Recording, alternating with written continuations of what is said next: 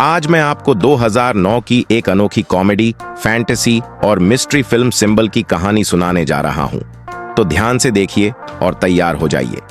कहानी शुरू होती है एक जापानी आदमी से, जो रंग बिरंगे पजामे पहनकर एक सफेद कमरे में जागता है। ये कमरा पूरी तरह खाली है, ना कोई दरवाजा, ना खिड़की और छत भी नहीं दिखती। दीवार पर सिर्फ एक अजीब सी उभरी हुई चीज नजर आती है, जो थोड़ी अलग दिखती है। जिज्ञासा में वह इसे छूता है और अचानक पूरे कमरे में छोटे छोटे हंसते हुए बेबी एंजल्स, परी जैसे बच्चे प्रकट हो जाते हैं। लेकिन वे जल्द ही गायब हो जाते हैं, सिर्फ अपनी निशानी छोड़कर। वही अजीब सी उभार जो अब हर जगह दीवार और फर्श पर उभर आई है। यह पूरी कहानी यहीं से शुरू होती है और यह साधारण नहीं, बल्कि पागलपन भरी चुनौती है। आदमी मदद के लिए चिल्लाता है, लेकिन कोई जवाब नहीं मिलता। मजबूर होकर वह उन अजीब बटनों को दबाना शुरू करता है।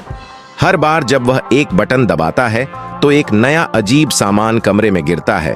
टूथब्रश, फूलदान और यहां तक कि ढेर सारे चॉपस्टिक। शुरू में सब मजेदार लगता है।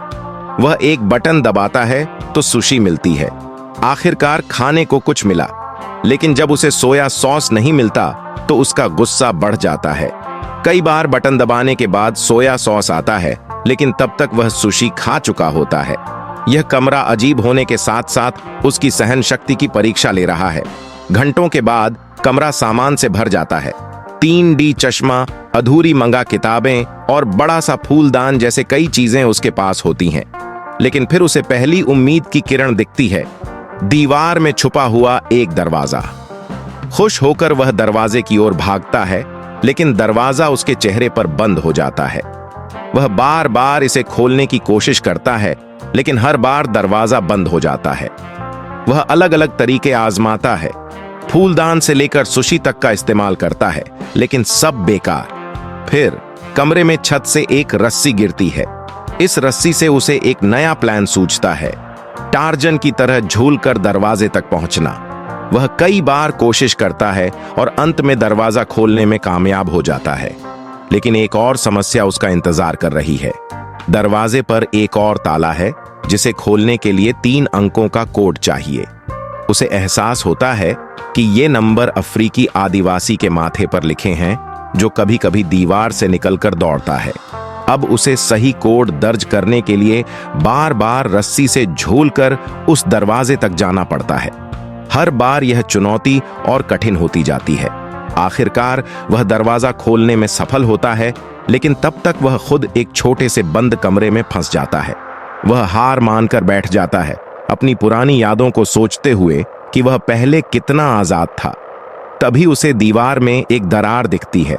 वह जल्दी से उसे धक्का देकर बाहर निकलता है और एक अंधेरे में तैरती रहस्यमयी गैलरी में पहुंचता है। वह दौड़ते हुए एक और कमरे में पहुंचता है।